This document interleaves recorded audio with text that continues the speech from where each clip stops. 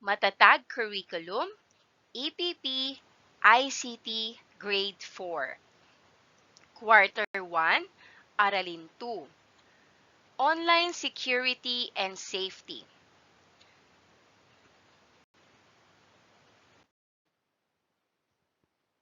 Magandang buhay mga bata! Tara, samahan ninyo akong matuto kasama si... Teacher Aika, your online teacher. Please don't forget to subscribe, like, share, and hit the notification bell for more videos. Thank you! Magandang buhay mga bata! Kumusta? Handa na ba kayong matuto ngayong araw? Kung oo ang iyong sagot, simulan na natin. Ang ating aralin ngayong araw ay tungkol sa online security and safety. Muli, ako si Teacher Aika, ang inyong magiging guro. Simulan na natin!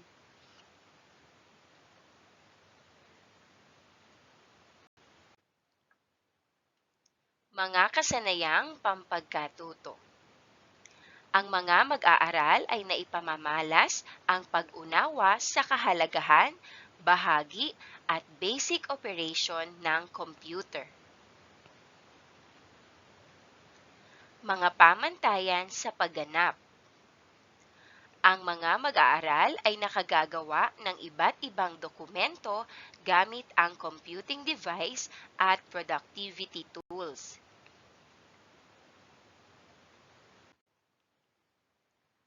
Mga kasanayan, natatalakay ang wastong posisyon, layo, at oras sa paggamit ng computer at iba pang computing devices.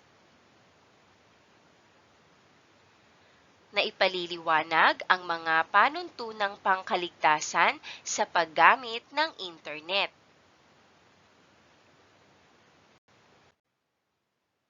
Narito ang ating mga layunin. Una, nasasabi ang wastong posisyon, layo, at oras sa paggamit ng computer at iba pang computing devices. Ikalawa, nauunawaan ang kahalagahan ng tamang posisyon, layo, at oras sa paggamit ng computer at iba pang computing devices. Ikatlo, nasasabi ang kahalagahan ng online security at safety. Ikaapat, na ipapakita ang wastong paraan ng paggamit ng internet para mapanatili ang kalusugan at kagalingan. At ikalima, nakagagawa ng poster na nagpapakita ng pagpapanatiling ligtas sa paggamit ng internet.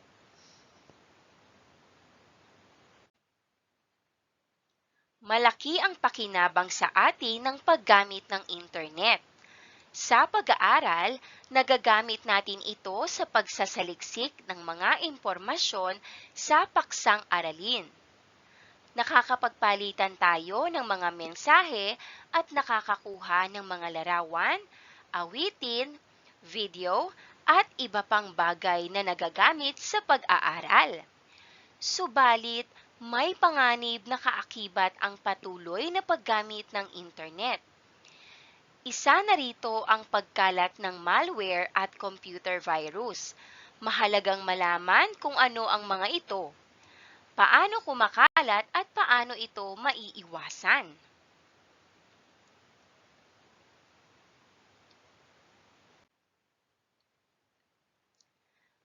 Ang online security and safety ay mahalaga upang mapanatiling ligtas ang ating personal na impormasyon at maiwasan ang mga panganib tulad ng hacking at phishing.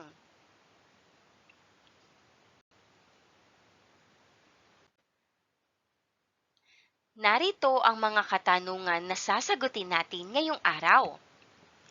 Ano ang mga paraan upang mapanatili ang kaligtasan ng inyong impormasyon online?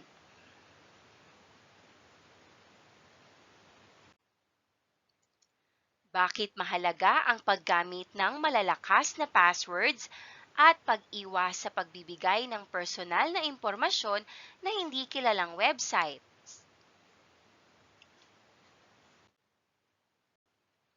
Naranasan mo na ba ang biglang pagbagal at pagre-restart ng iyong computer?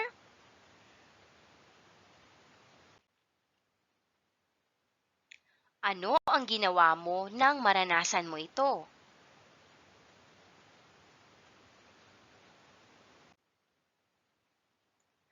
Ano sa inyong palagay ang dahilan ng pagbagal at pagre-restart ng inyong computer?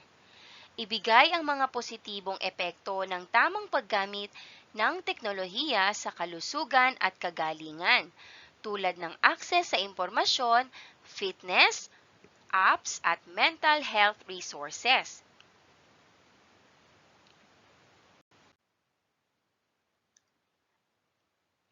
Ito ay ang pagprotekta sa ating sarili laban sa mga banta at panganib sa online na mundo.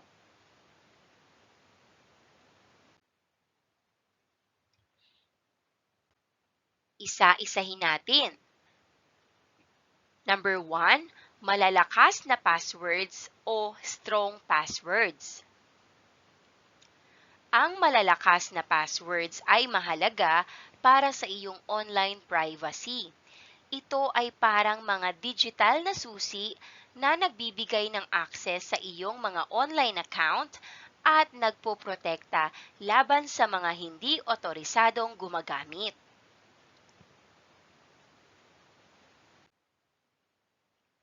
Ang mahinang password ay nagiging butas sa ating seguridad. Kaya't mahalaga na gumawa tayo ng mga kakaiba at komplikadong passwords para sa bawat online account. Ito ay dapat may iba't ibang uri ng mga karakter tulad ng mga letra, numero at mga special na simbolo. Ang paggamit ng malalakas na passwords ay nagbibigay proteksyon sa ating personal na impormasyon at nagpapahalaga sa ating online safety.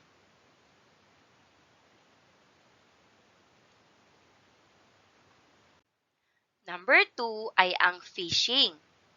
Ang phishing ay isang uri ng social engineering at scam kung saan niloloko ng mga attacker ang mga tao upang ibunyag ang kanilang sensitive na information o mag-install ng malware tulad ng ransomware.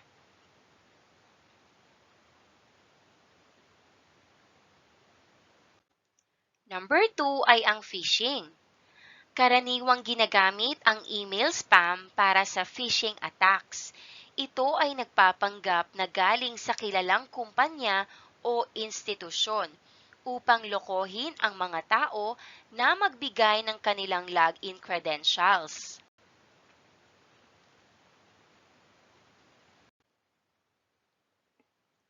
Ang mga phishing attack ay maaaring magdulot ng financial losses, identity theft, at iba pang panganib sa online security.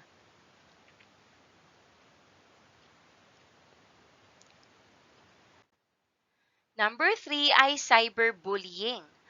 Ang cyberbullying ay ang pag-aabuso sa ibang tao gamit ang digital na teknolohiya tulad ng social media, messaging apps at mobile phones.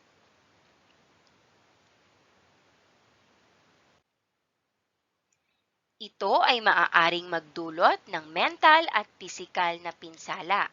Karaniwang naglalaman ito ng negatibong mensahe, masasakit o mapanirang content tungkol sa isang tao.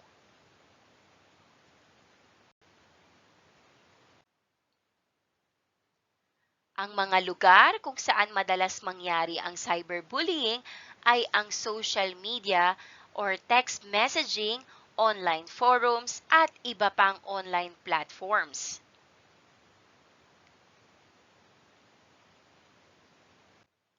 Number 4, privacy settings. Ang privacy settings ay bahagi ng isang website, browser o software na nagbibigay sa iyo ng kontrol kung sino ang makakakita ng impormasyon tungkol sa iyong sarili.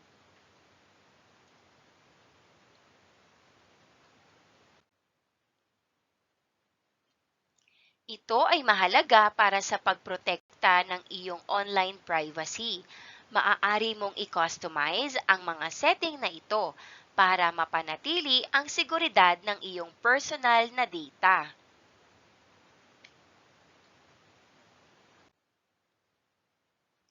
Narito ang ilang halimbawa ng mga hakbang sa online security at safety. Number 1, paggamit ng secure na passwords. Halimbawa, gumamit ng mahahalagang letra, numero at mga simbolo sa paglikha ng isang malakas na password. Iwasan ang mga madaling hulaan tulad ng pangalan ng tao o petsa ng kapanganakan.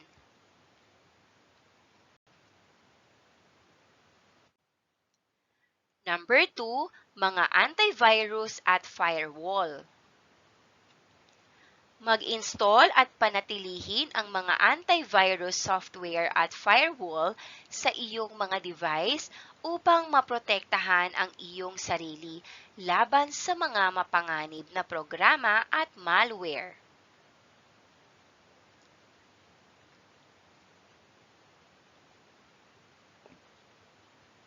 Number 3, pag-update ng software. Regular na i-update ang iyong mga software at operasyon na sistema sa mga pinakabagong bersyon upang maiwasan ang mga isyong pangseguridad at mga bug na maaaring gamitin ng mga hacker.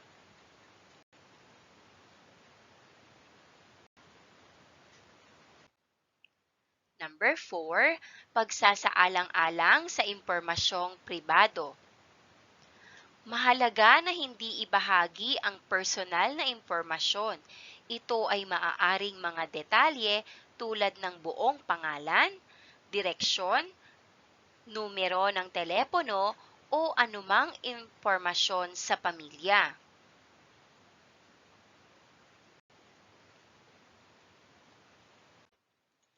Number 5, paggamit ng seguridad na mga site.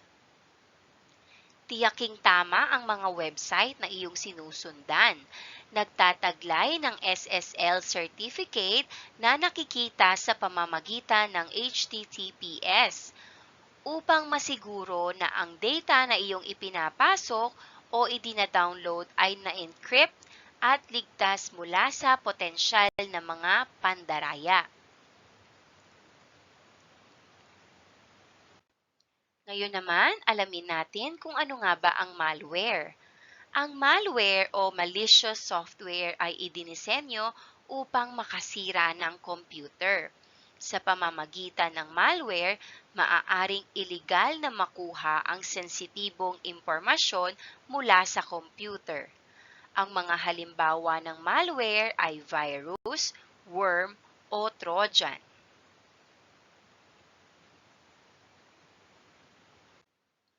Computer virus. Ang computer virus ay isang uri ng programa na ginawa upang makapanira ng mga lehitimong aplikasyon o iba pang programa ng computer. Ito ay kusang umuulit at nagpaparami ng sarili. Karaniwang itong pumapasok sa mga computer nang walang pahintulot mula sa gumagamit o user.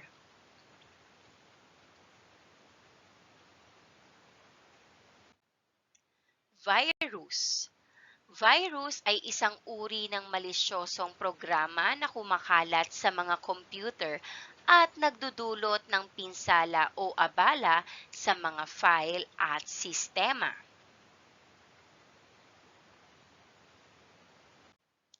Worm. Ang worm ay isang uri ng malisyosong programa na kumakalat sa pamamagitan ng network at hindi nangangailangan ng tulong mula sa mga gumagamit para magkalat.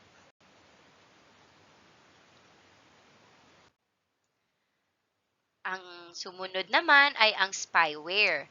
Ang spyware ay isang software na lihim na nagmamasid sa mga aktibidad ng gumagamit sa computer tulad ng mga password o mga online na gawi at ipinapadala ito sa ibang tao.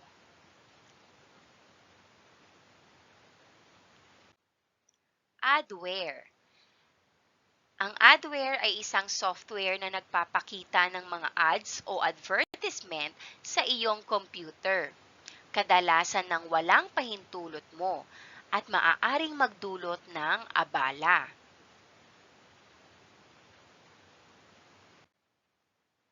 Keyloggers. Ang keyloggers ay isang uri ng malware na nagtatala ng bawat pindot ng iyong keyboard para malaman ang iyong mga password, mensahe, at iba pang sensitibong impormasyon.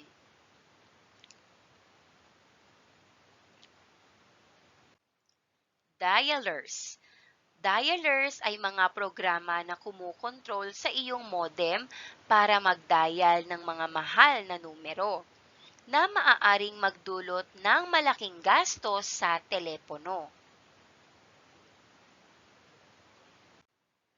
At ang panghuli ay ang Trojan Horse. Ito ay isang malisyosong programa na nagpapanggap na normal o kapaki-pakinabang na software, ngunit nagdadala ng pinsala sa iyong computer kapag ito ay na-install.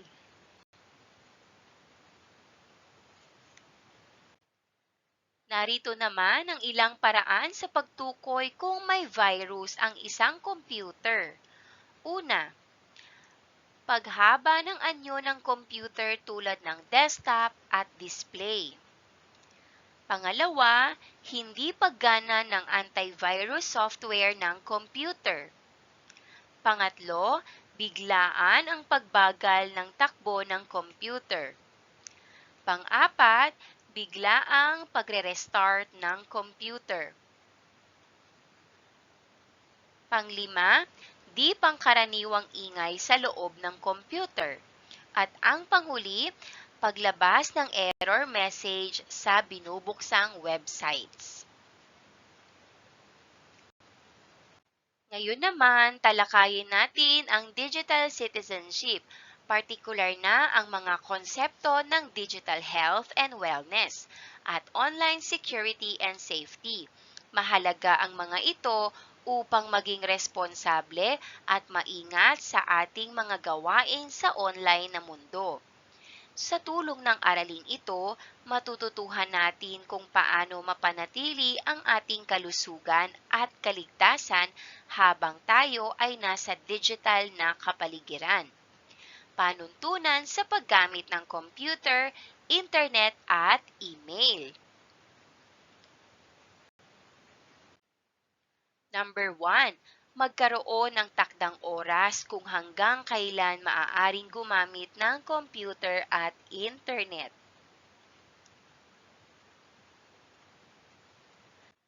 Number 2, piliin lamang ang mga website na maaaring puntahan para sa iyong edukasyon.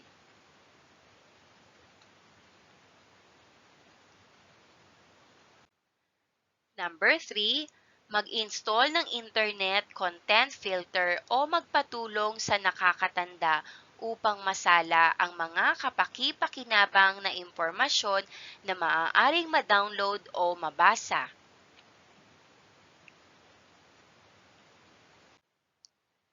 Number 4, makipag-ugnayan o makipag-chat lamang sa mga taong lubos na kakilala.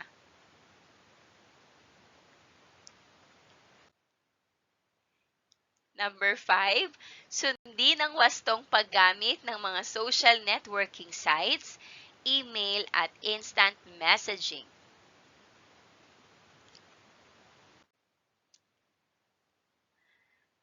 Number 6, huwag pupunta sa mga sites na mayroong malalaswang impormasyon, grapiko o video.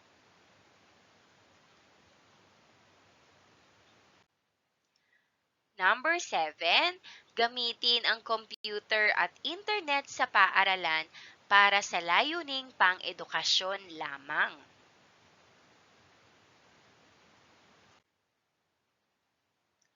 Number 8, iwasan ang pagkain o pag-inom sa loob ng computer laboratory.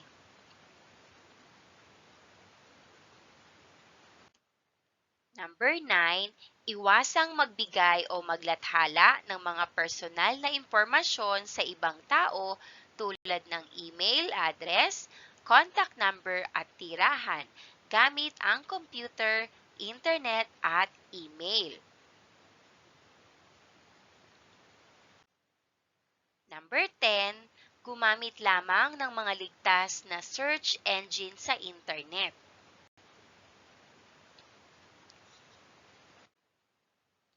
Number 11, gumamit ng password na mahirap hulaan at di madaling ma-access ng iba.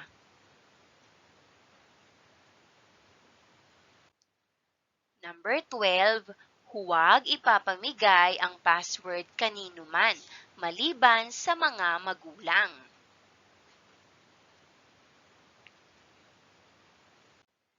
Number 13, siguraduhing naka-log out sa mga sites na iyong binuksan.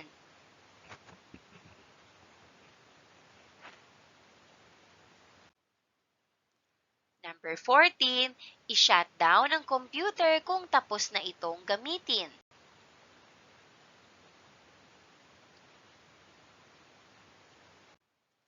Ngayon naman, simulan natin ang pagsusulit. Handa ka na ba?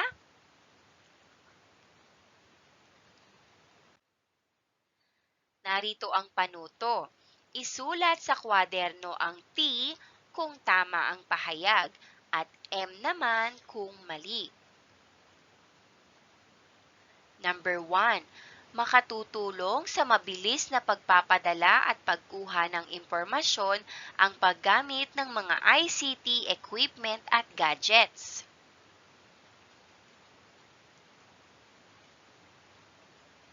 Ang tamang sagot, letter T. Tama. Number 2.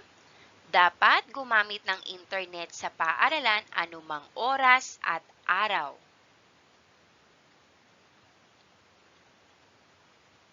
Ang tamang sagot, letter M.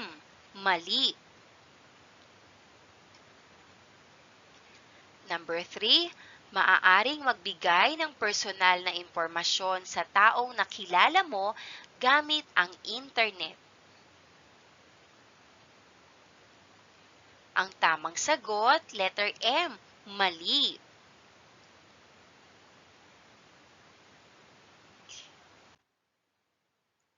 Number 4.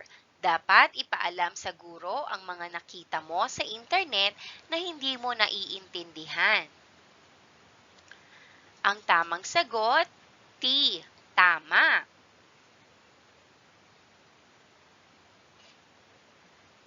Number 5. Ibigay ang password sa kamag-aral upang magawa ang output mo sa panahong liliban ka sa klase. Ang sagot, M. Mali. Number 6. Ang virus ay kusang dumarami at nagpapalipat-lipat sa mga document o files sa loob ng computer. Ang tamang sagot, T. Tama. Number 7. Ang biglang pagbagal ng computer ay palatandaan na may virus ito. Ang tamang sagot, T. Tama. Number 8. Ang worm ay isang malware na nangongolekta ng impormasyon mula sa mga tao nang hindi nila nalalaman. Ang tamang sagot, M. Mali. Number 9. Ang malware ay anumang uri ng software na idinisenyo upang manira ng sistema ng computer.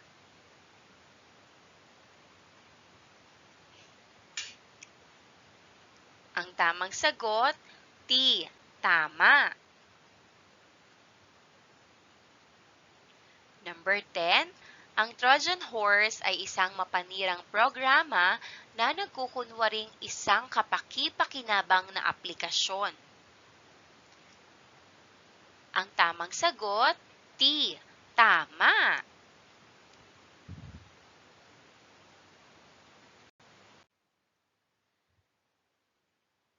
Letter B.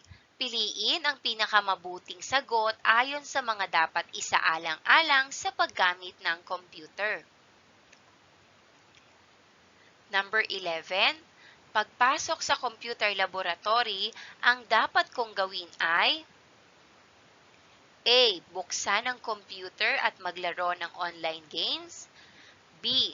Tahimik na umupo sa upuang itinalaga para sa akin. O C. Kumain at uminom. Ang tamang sagot, B. Tahimik na umupo sa upuang itinalaga para sa akin. Number 12. May nagpapadala sa iyo ng hindi naaangkop na online message. Ano ang dapat mong gawin? A. Panatilihin itong isang lihim. B. Tumugon at hilingin sa nagpadala sa iyo na huwag kanyang padalhan ng hindi naaangkop na mensahe. O C. Sabihin sa mga magulang upang alertuhin nila ang Internet Service Provider. Ang tamang sagot, B. Tumugon at hilingin sa nagpadala sa iyo na huwag kanyang padalhan ng hindi naaangkop na mensahe.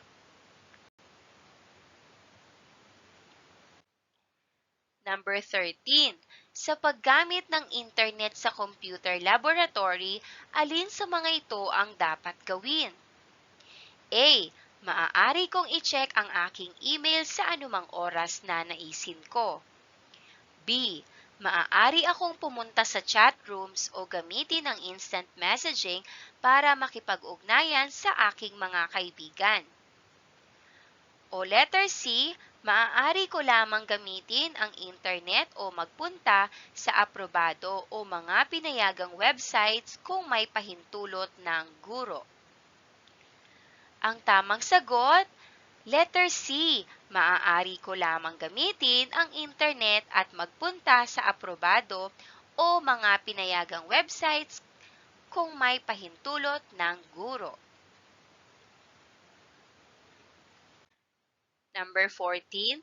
Kapag may humingi ng personal na impormasyon tulad ng mga numero ng telepono o address, dapat mong A. Ibigay ang hinihinging impormasyon at magalang na gawin ito. B. I-post ang impormasyon sa anumang pampublikong websites tulad ng Facebook upang makita nino man. O C. Iwasang ibigay ang personal na impormasyon online dahil hindi mo batid kung kanino ka nakikipag-ugnayan.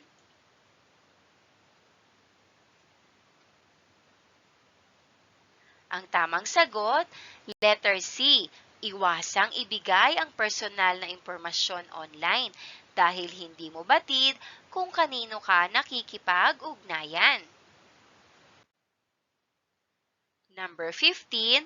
Nakakita ka ng impormasyon o lathalain sa computer na sa iyong palagay ay hindi naangkop. Ano ang dapat mong gawin? A. Huwag pansinin, balewalain. B. I-off ang computer at sabihin ito sa iyong kaibigan. O C. Ipaalam agad sa nakatatanda. Ang tamang sagot, C. Ipaalam agad sa nakatatanda. Maraming salamat sa panonood. Huwag kalimutang i-like at mag-subscribe para sa higit pang educational content. I-click ang bell icon para ma-update ka sa ating mga bagong video. Salamat!